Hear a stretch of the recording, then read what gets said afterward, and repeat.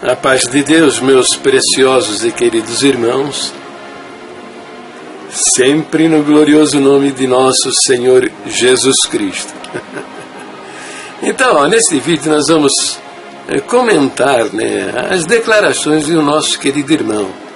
Ele chama-se Célio Pereira, e ele disse que Jesus é Deus, Eu escrevi, eu comentei, Meu querido, eu vi a sua confissão de que Jesus é Deus. Bom, legal, Ó.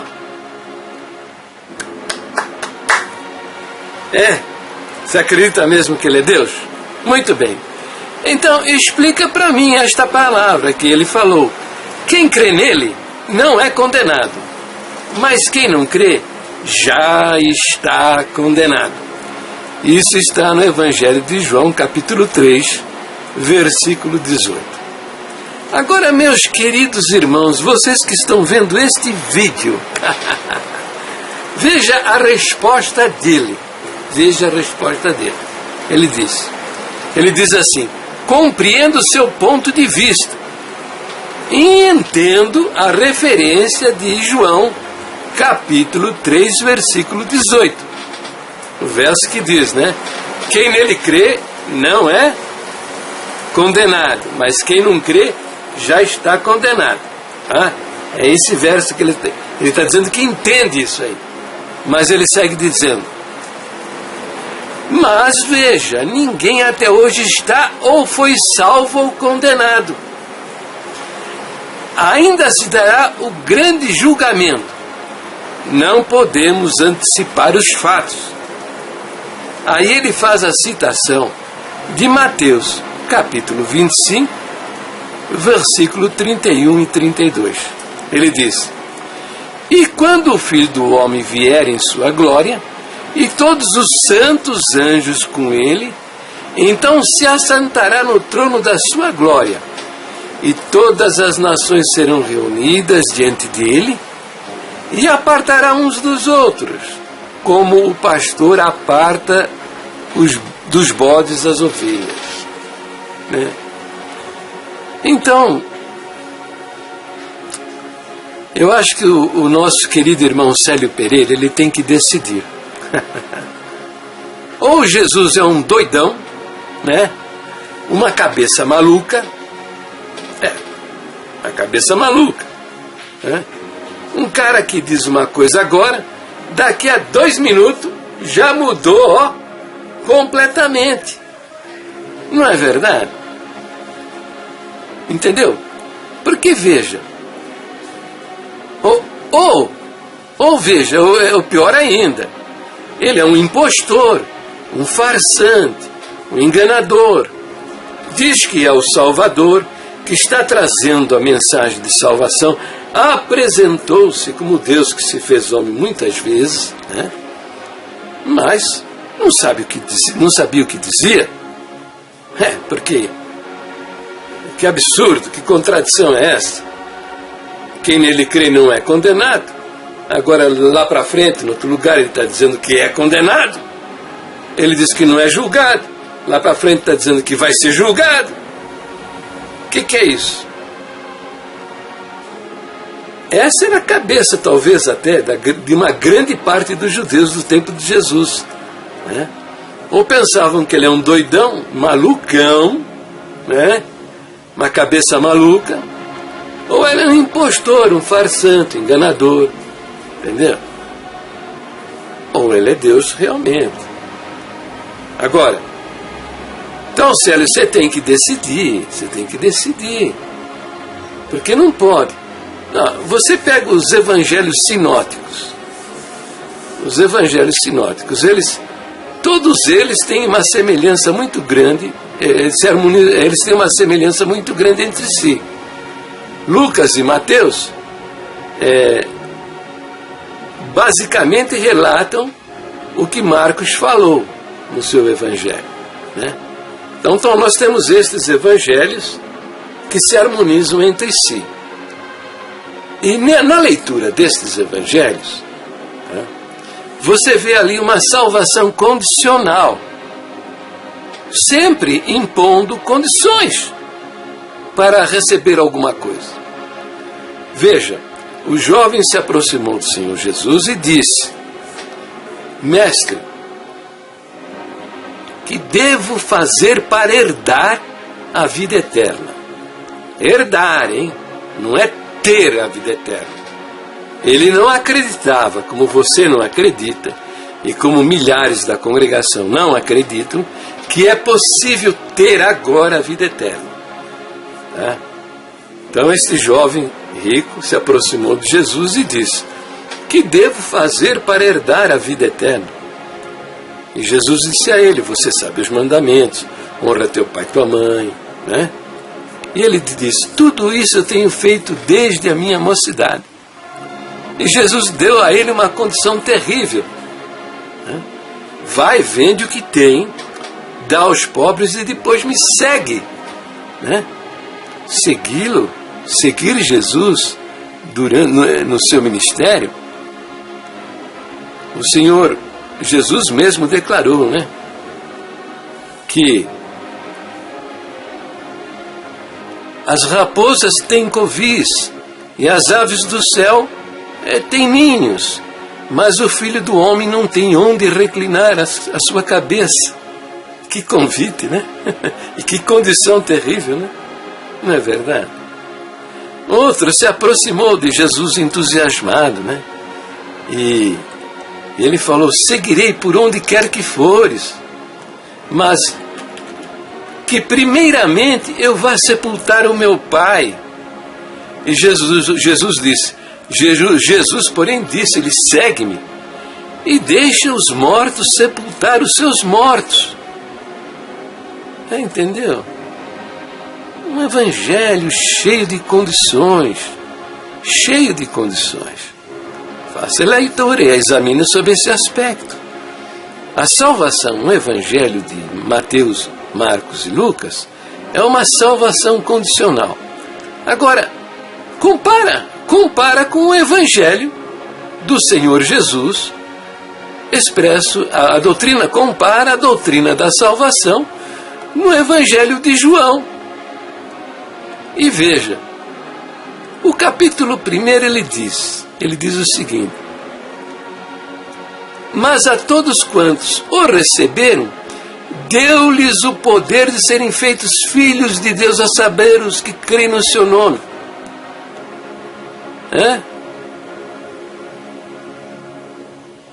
A única condição é acreditar, nenhuma condição outra. Vamos lá para o capítulo 3 do Evangelho de João, 3,16, 3,15 diz assim.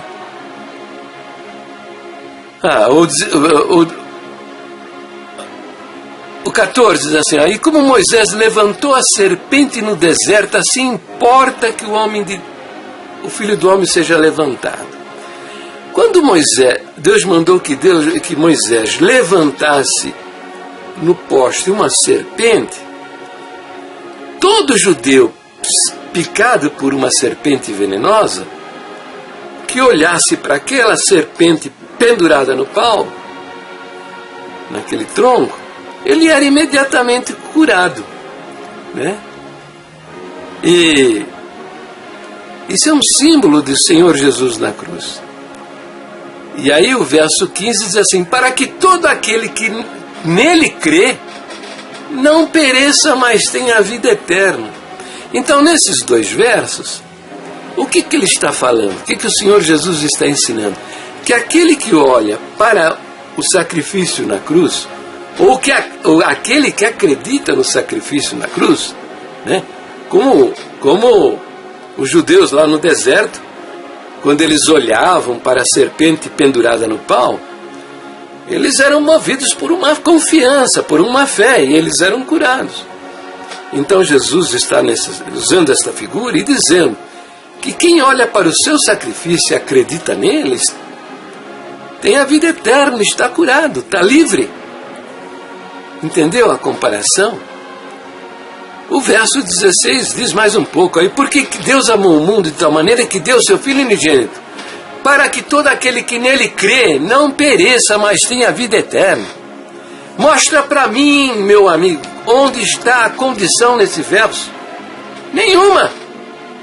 Simplesmente acreditar e estamos conversados. Estamos conversados. Veja o 17. Aliás, o 18. Quem nele crê, quem crê nele não é condenado. Como é que você diz que ainda pode ser condenado? E diz que ele é Deus. Hein, filho? Você tem que decidir. Ou Jesus é uma cabeça maluca, um doidão, tá? Ou ele é um impostor, um falso enganador, um embrulhão. Ou você está numa grande confusão, que não sabe harmonizar uma coisa com outra. Porque no Evangelho de João ele vai falar, eu não vou repetir os versos. Está aí, ó, na tela, os versos que ele fala, que quem crê tem a vida eterna e não tem mais nenhuma condição. Então, você precisa entender por que o Senhor Jesus, nos evangelhos sinóticos, Mateus, Marcos e Lucas, ele apresenta uma salvação condicional, e no evangelho de João, ele apresenta um evangelho incondicional, sem condição nenhuma. Quem crê tem, recebe o Espírito Santo, nasce de novo, tem poder para viver a vida cristã, e vai viver uma vida cristã gloriosa, cheia de poder, se evidentemente se submeter ao Espírito Santo, deixar que o Espírito de Deus tome controle da sua vida. Por exemplo, esse vídeo que eu estou fazendo para você agora, meu querido, faz 3 dias que o Senhor está requerendo de mim. 3 dias não, 2 dias. Está requerendo de mim. Então veja, o homem é desse jeito. Se eu fosse mais obediente e submisso, a minha vida seria mais plena de poder e de virtude na presença do Senhor Jesus, pelo poder do Espírito Santo, entendeu? Mas é que eu sou de duro coração, cabeça dura, teimoso, carnudão, entendeu? Mas o Espírito de Deus habita em mim e me capacita para fazer a sua vontade na face dessa terra. Ela não acontece melhor por quê? Por causa da minha carnalidade, da minha limitação, da minha desobediência, da minha infidelidade. Entendeu? Mas eu estou habilitado e capacitado para fazer até as maravilhas que o Senhor Jesus fez, e outras maiores ainda, e sem usar o óleozinho, hein? É impondo a mão, e falando, e profetizando, e mandando. Entendeu? Por quê? Porque eu sirvo a um Deus que fez o céu e a terra e que tem o seu Espírito habitando em mim. Então agora vamos entender por que essa diferença, porque Mateus, Marcos e Lucas, a doutrina da salvação é uma doutrina condicional e no Evangelho é uma doutrina incondicional. Entendeu? Por quê? Porque Jesus, quando no Evangelho de Mateus, Marcos e Lucas, está descrito o ministério do Senhor Jesus para os judeus, com o objetivo de estabelecer na face dessa terra um reino milenar, entendeu? Com uma capital, um reino mundial, com a capital em Jerusalém, onde Jesus governaria as nações do mundo, através do seu Evangelho. Ele veio para os judeus. Por que ele veio para os judeus? Por quê? Porque o Senhor prometeu a Abraão. Lá no Velho Testamento, o Senhor falou muitas vezes. No livro de Gênesis, capítulo 22, verso 18, o Senhor falou para Abraão, ele disse, e em tua descendência serão benditas todas as nações da terra, porquanto obedecestes a minha voz. Entendeu? No capítulo 28, verso 14, ele torna a prometer, e a tua descendência será como o pó da terra, estender-se-á ao ocidente, ao oriente, ao norte, ao sul, e em ti e na tua descendência serão benditas todas as nações da terra. Em capítulo 26, verso 4, ele torna a dizer: e multiplicarei a tua descendência como as estrelas dos céus, e darei à tua descendência todas estas terras, e por meio da tua descendência, por meio dela, serão benditas todas as nações da terra. Gênesis capítulo 18, versículo 18, torna a repetir: visto que Abraão certamente virá a ser uma grande e poderosa nação, e nele serão benditas todas as nações da terra. Gênesis 12, 3, e abençoarei os que te abençoarem, e amaldiçoarei os que te amaldiçoarem, e em ti serão benditas todas as famílias da terra. Então você está entendendo, meu filho? Eu acho que você nem acredita no cumprimento da palavra do Eterno. O Eterno Deus que você disse adorar e que serve a Deus, é um servo de Deus. Eu acho que você nem acredita na palavra dele. Acho não, tenho certeza que você não acredita. Porque, veja, você deve ter visto essas promessas. Ué, por que você acha que isso não vai se cumprir na vida da nação de Israel? Vai se cumprir sim na vida da nação de Israel. O Senhor Jesus, lá no Evangelho de João, nós lemos que ele veio para o que era seu, para os que eram seus, e os seus não o receberam. Os judeus os crucificaram. Então os judeus foram colocados de lado, abriu-se a porta da graça, a porta da salvação para os gentios também. Isso não é uma surpresa, isso é parte de um projeto de Deus. Tá? É um projeto de Deus.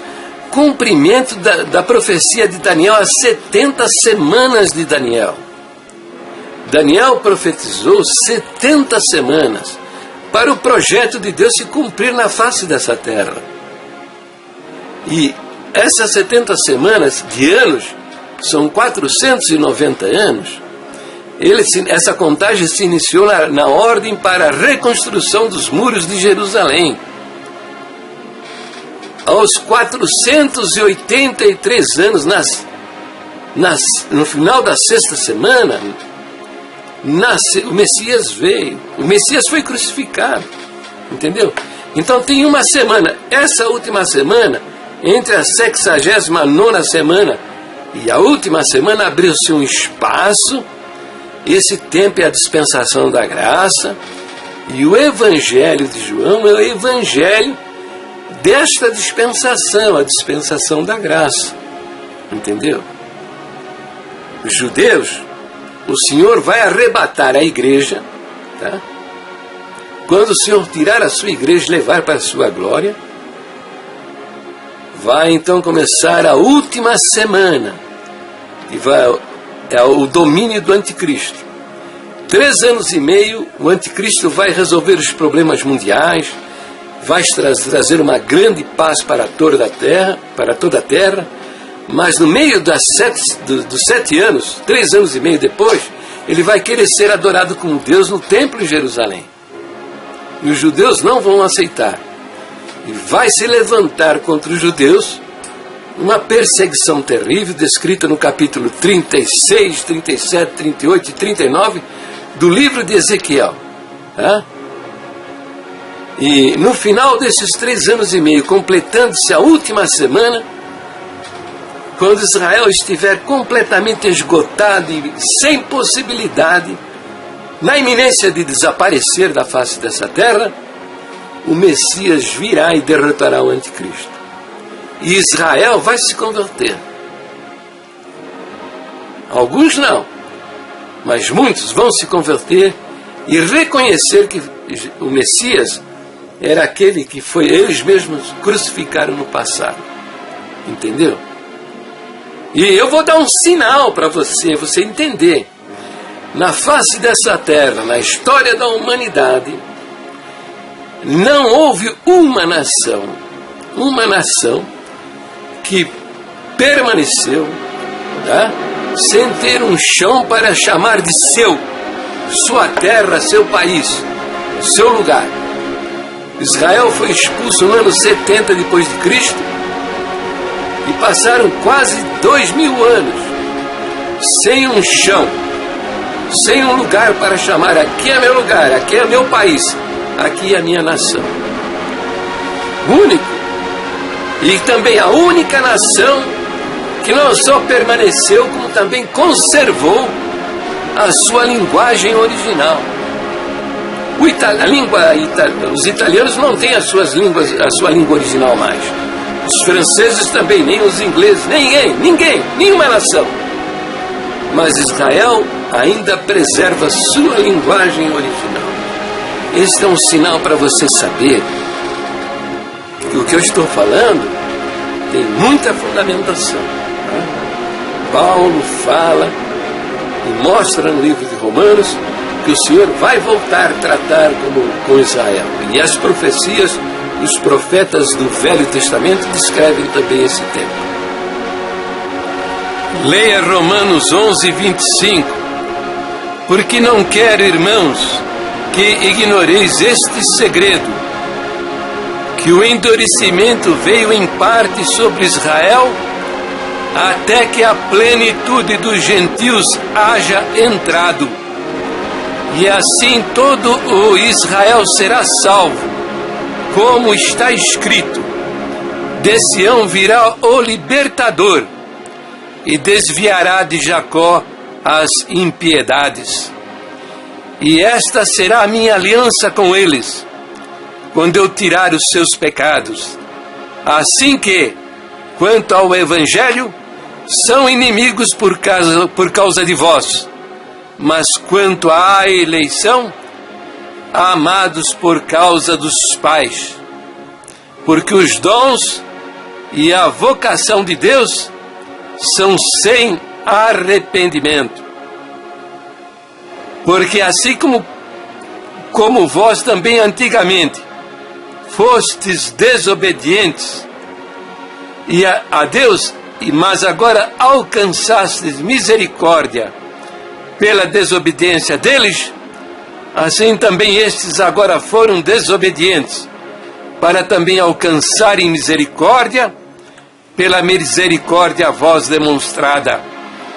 Porque Deus encerrou a todos debaixo da desobediência, para com todos usar de misericórdia. Ó profundidade das riquezas, tanto da sabedoria como da ciência de Deus!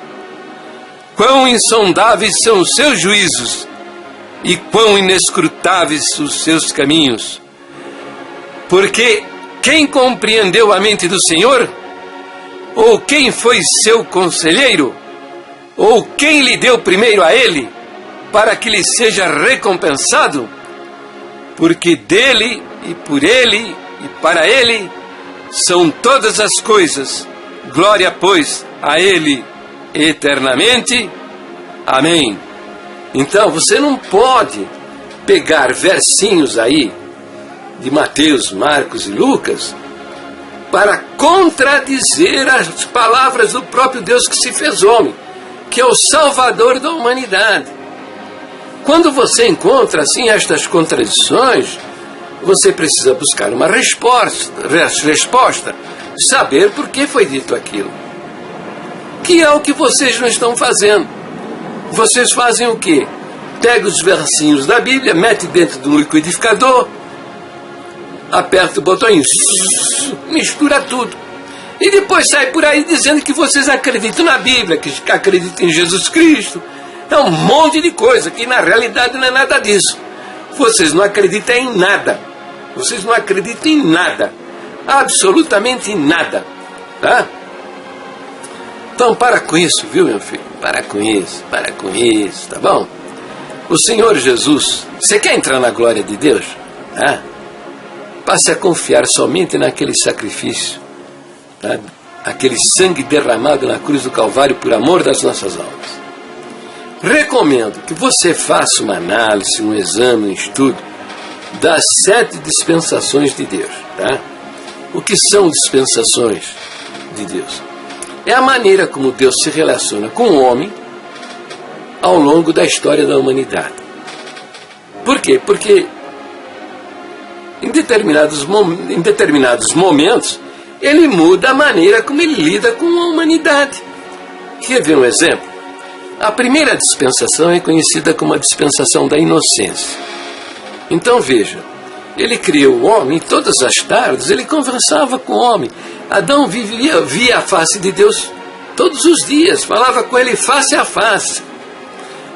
Então, essa é a dispensação da inocência. Veja como Deus estava tratando a humanidade naquele momento. Adão e Eva representavam, naquele momento no Jardim do Éden, toda a humanidade. Mas Adão pecou, foi expulso do paraíso. E ele passou a guiar-se por sua consciência. E foi a segunda dispensação. A dispensação chamada como a dispensação da consciência. Entende? Mudou o jeito de Deus lidar com o homem, com a humanidade? Claro que mudou. Ele conversava com a humanidade face a face no Jardim do Éden, porque Adão e Eva representavam toda a humanidade. Quando pecaram e foram expulsos do paraíso, Deus não conversava com eles mais face a face. E eles passaram a se guiar por suas consciências, porque eles tinham conhecimento do bem e do mal. Entendeu? Depois tivemos a era abraâmica, né? A dispensação que o Senhor concedeu através de Abraão, que Deus chamou a Abraão. Nós tivemos também os reis e os profetas. E nós chegamos aí, quando Jesus entrou no mundo, quando Deus deu a Moisés, lá no Monte Horebe, os mandamentos e a lei, entramos então na dispensação da lei. Jesus veio dentro da dispensação da lei. Dentro da dispensação da lei. Entendeu?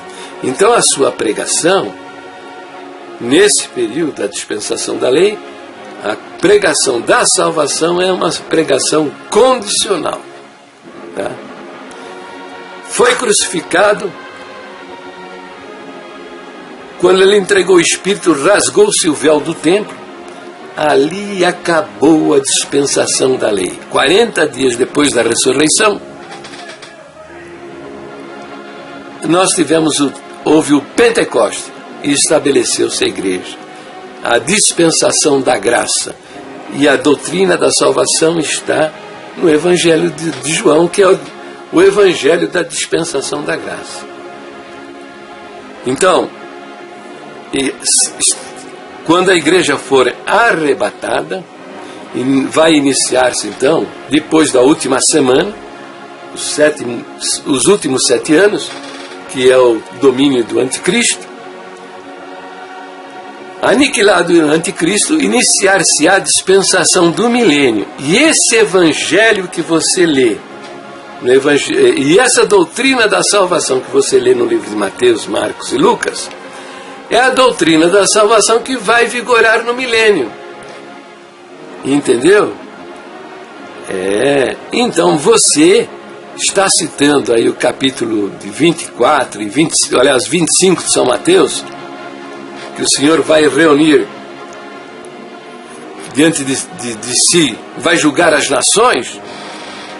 São as nações no final dos 1000 anos, tá? 1000 anos onde o diabo estará amarrado. O Senhor vai disciplinar imediatamente o homem nas suas desobediências, tá? Então no final desse do milênio é que estas nações serão julgadas.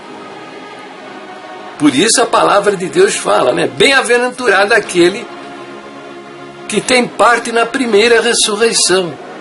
Entende? Porque para estes é a dispensação da graça, eles estão livres.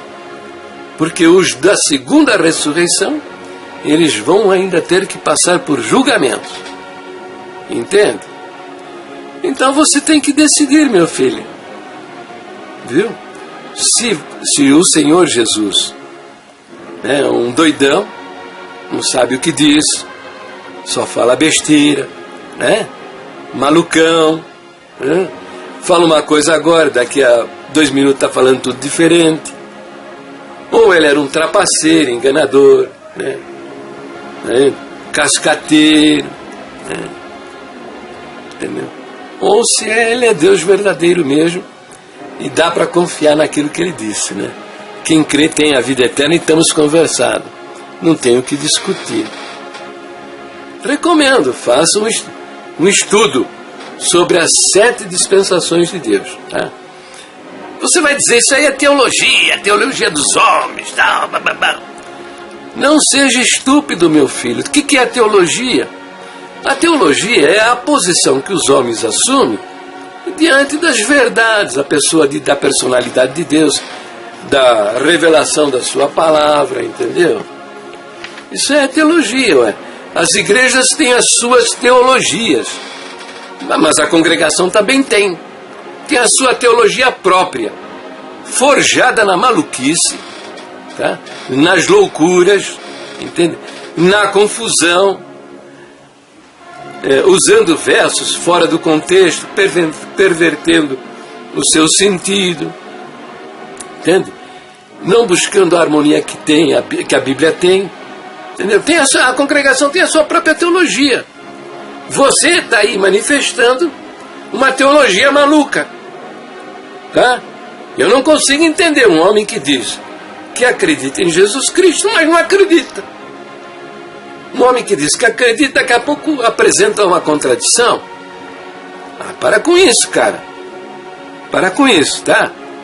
Ou você é um doidão também, um amalucado, ou você está com o objetivo até de enganar as pessoas, né?